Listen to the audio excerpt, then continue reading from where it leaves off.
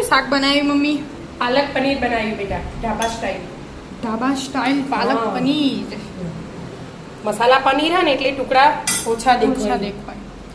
આપણે ઘેર મસાલા પનીર બનાવ્યું તો એ યુઝ કર્યો કે હા. મસાલા આગળ પણ હો દેખાવમાં. હમ. કેવી રીતે બનાવ્યું? હેડ શીખવાડ્યું તને? હે? એનું જો પાલક ધોઈને લઈ લીધો મસ્ત અને પાણી ઉકળવા મૂકી દીધું. ઉકળવાની તૈયારી જ છે. એક ચમચી મીઠું એડ કરી દીધું એમાં. હવે બધું મિક્સ કરી દેવાનું.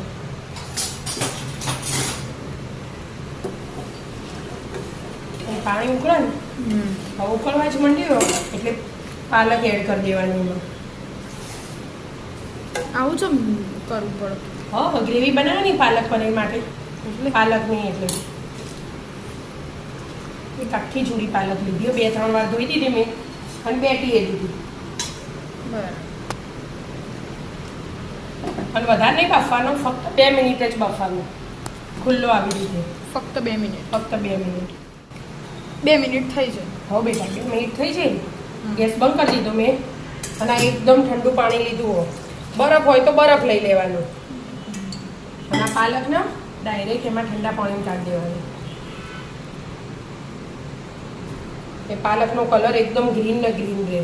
આપણે બાફ્યો ને એટલે ચેન્જ ના થઈ જાય એટલા માટે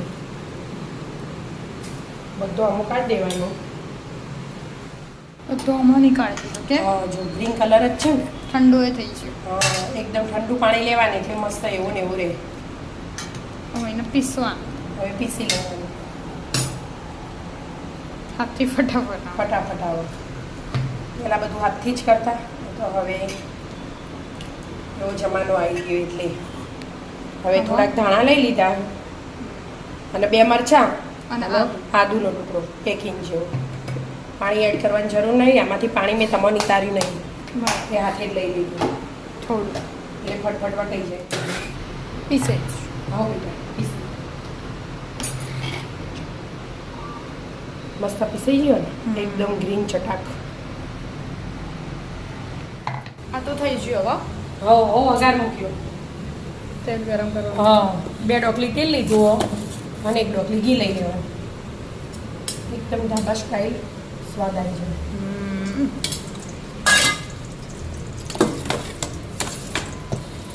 ગરમ થઈ જશે હાલ જ એટલાના બધું લૂસીને લઈ લઈએ. થઈ નહીં ગયું? ના નહીં તો બેટા બરાબર. ઘી હાલ એડ કરીને આપણે થવા દો. થઈ ગયું ગરમ. હવે હવા સીધું જીરું લઈ લીધું મેં, થોડી હિંગ અને આ ખડા મસાલા કાઢ્યા, લાલ મરચું, તમાલપત્ર, થોડાક 4-5 લવિંગ નો તજનો ટુકડો. જો લવિંગ ફૂટ્યા હવે સીધું આદુ, લસણ અને મરચાં એકદમ ઝીણું ઝીણું સમારી દીધું મેં, ક્રશ નહીં કર્યા છે. બરાબર. આ પેલા ગરમ મસાલા આપણે આરે નાખ્યા ને ખડા મસાલા એની ફ્લેવર અલગ આવે બરાબર. એટલે ગરમ મસાલો નાખવાની જરૂર ના પડે. 2 મિનિટ 2 સેકન્ડ શેકી દીધું. હવે સીધી ડુંગળી અમે સમારીને જ લીધી હો, આજે ચોપરમાં નહીં નાખી. બરાબર. હવે આને ચડવા દો 2 મિનિટ. ચડી જાય ડુંગળી? હા અડધી ચડી ગઈ. હવે આ એક નાનું ટામેટું સમાર્યું એ એડ કરી દેવાનું એટલે બધું હાથે બધું હાથે ચડી જાય અને થોડું મીઠું એડ કરી દેવાનું એટલે ફટાફટ ચડી જાય. બરાબર. બીજા મસાલા આપણે પછી કરશું. આટલું ચડવા દો. એકદમ ચડી જાય કોઈ દેખાય ના ડુંગળી કઈ ટામેટું કયું ત્યાં લગી ચડવા દેવાના. હવે આમ નામ ચડી રહ્યું. હવે તો ચડી ગયું. હવે મસાલા કરી દેવાના. બરાબર. થોડી હળદર, મરચું આપણે લાલ લીલું નાખ્યું ને એટલે લાલ માપનું નાખશું. બરાબર. જેમ કે પાલક પીસી મોય નાખ્યા હતા, વઘાર મોય નાખ્યો બરાબર. અંધાણા જીરું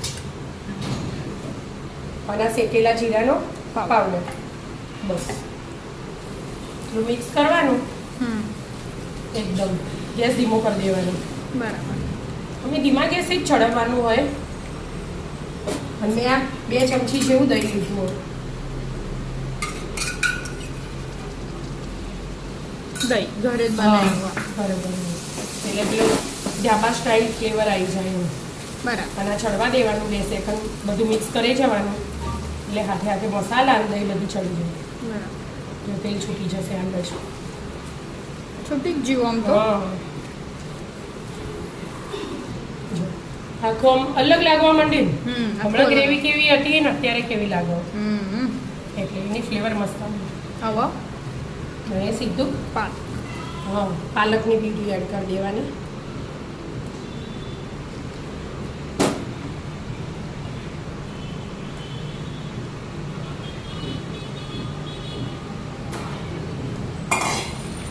હવે પ્યુરીમાં ચડવા દેવાનું કે થોડું પાણી એડ કરવાનું બરાબર એટલે બધું હંગાત હંગાત ચડી જાય. પાણી આમાં લઈ લીધું જગનું એક નાની વાટકી જેવું લીધું વધારે નહીં લીધું. બરાબર.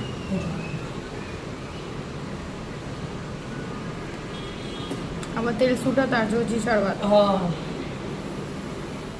હજી તો પાલક ચડ્યો ને એટલા આપણા પનીર પનીરની તૈયારી કરીએ આપણે ઘેર જ બનાવેલું આ મસાલા પનીર એનું વાપરી દઉં. ગરમીનું વધારે પડી ના રખાય. બરાબર. આપણે ઘેર બનાવ્યું હતું 2 દિવસ પહેલા. 2 દિવસ પહેલા એટલે મેં કીધું વાપરી દઉં.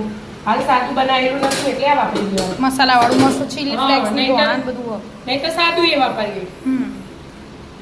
તેલ મૂક્યો મેં ગરમ થવા સહેજ પછી પનીર એડ કરી દઉં.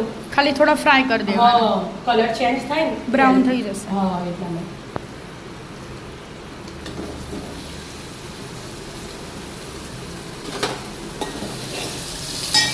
કરી દો ફ્રાય. હા પનીરે શેકાઈ ગયું અને શાકે થવાની તૈયારી જ છે. હા. એ છૂટવા માંડી ને હવે પનીર એડ કરી દઉં. વાર ના લાગે પનીર તો ફટફટ થઈ ગયું.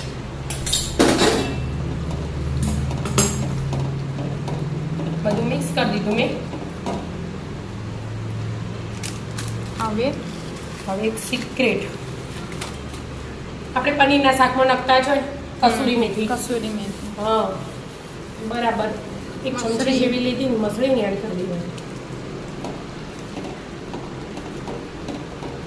મસ્ત લાગે. હમ પેલું મસાલા પનીર હે ને એના લીધે થોડો સ્વાદ બદલાઈ જશે આવશે. આજે એટલે તો મેં કીધું આ નવું ટ્રાય કરવા દે. બરાબર. આપણે કાયમ સાદું પનીર તો નાખતા જ હોઈએ હમ. એટલા માટે. બરાબર. શાક બની ઘડીક વાર ચડી ચડી જાય એટલે બની હા. જશે. હવે કશું નાખવાનું તો નહીં ને મસાલા. નાખવાનું ક્રીમ એક ચમચી જેવી ક્રીમ એડ કરવાની. મસ્ત ચડી ગયું કે શાક. હા બેટા ચડી જાય.